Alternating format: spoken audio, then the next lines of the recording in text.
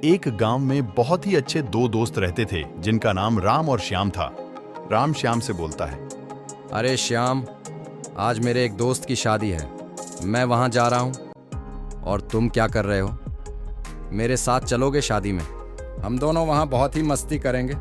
तभी श्याम बोलता है, अरे नहीं यार, मेरा मन नहीं है। ऐसा करो कि तुम अकेले ही चले जाओ। मेरी तबीयत बहुत खराब लग रही है और मुझे घर पर भी कुछ काम है, इसलिए मैं नहीं चल सकता हूँ। तुम ही चले जाओ राम।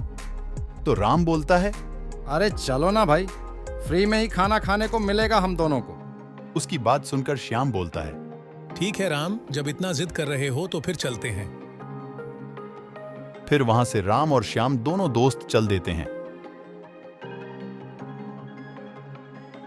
वह दोनों एक ऑटो रिक्शा में बैठकर जाते हैं।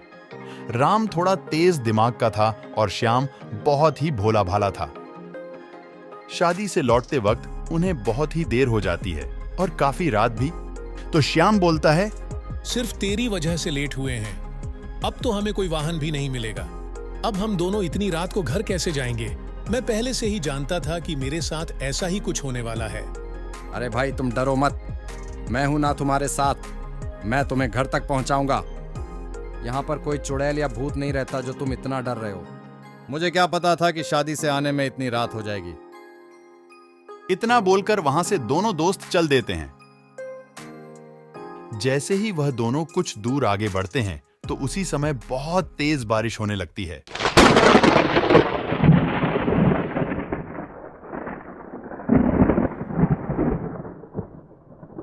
तो राम और श्याम बहुत ही घबरा गए और वह लोग बहुत ही तेजी से भागने लगे।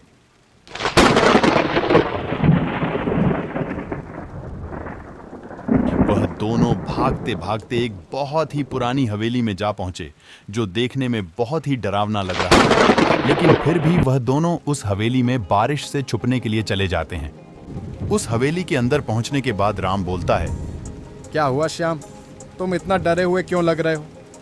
भाई मुझे ये जगह ठीक नहीं लग रही। हमें अभी यहाँ से निकलना चाहिए। अरे यार, तू तो बेकार में ही डर रहा है। बारिश बंद होते ही हम लोग यहाँ से चले जाएंगे। तभी वहां पर कुछ डरावनी डरावनी सी आवाज आने लगती है। जैसा मैंने सोचा था वैसा ही हुआ। लगता है यहाँ पर कोई बुरी साया है। इतना बोलकर दोनों डर के मारे वहां से भागने लगते हैं।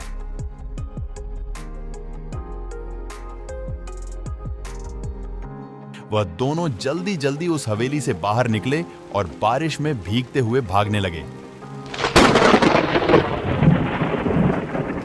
वे लोग जिस रास्ते से आए थे उसी रास्ते से वापस भागने लगे। कुछ देर के बाद बारिश छूट जाती है। तो श्याम बोलता है राम से, अरे भाई, अभी तो हम दोनों मरते मरते बचे हैं। अच्छा हुआ कि हम दोनों वहां से भाग गए, नहीं तो तुम्हारे चक्कर में मुझे आज मरना ही पड़ता। उसकी बात सुनकर राम बोलता है, तुम ठीक बोल रहे हो श्याम। अगर हम दोनों आज वहां से नहीं भागते तो न जाने आज हमारा क्या होता। मुझे माफ कर दो, आगे से मैं तुम्हारी बात को टाला नहीं करूंगा। तभी वह दोनों मिलकर वहां से चल देते हैं। वह दोनों जैसे ही कुछ दूर आगे बढ़ते हैं तो उन्हें एक ऑटो रिक्शा मिलता है और वह उस ऑटो रिक्शा में बैठकर अपने गांव की ओर चल जाते हैं। और वह दोनों ऑटो रिक्शा में बैठकर बहुत ही खुश हुए। कुछ देर के बाद वह अपने गांव आ जाते हैं।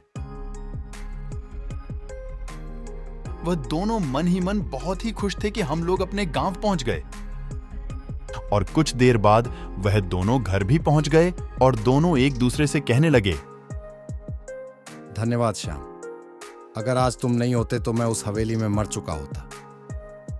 अरे नहीं भाई, तू तो मेरा बचपन का दोस्त है, तुझे मैं कैसे अकेले छोड़ देता। मैं बस यही कहूंगा कि कभी कभी मेरी भी बात सुन लिया करो। चलो ठीक है भाई, मैं अब अपने घर जाता हूँ।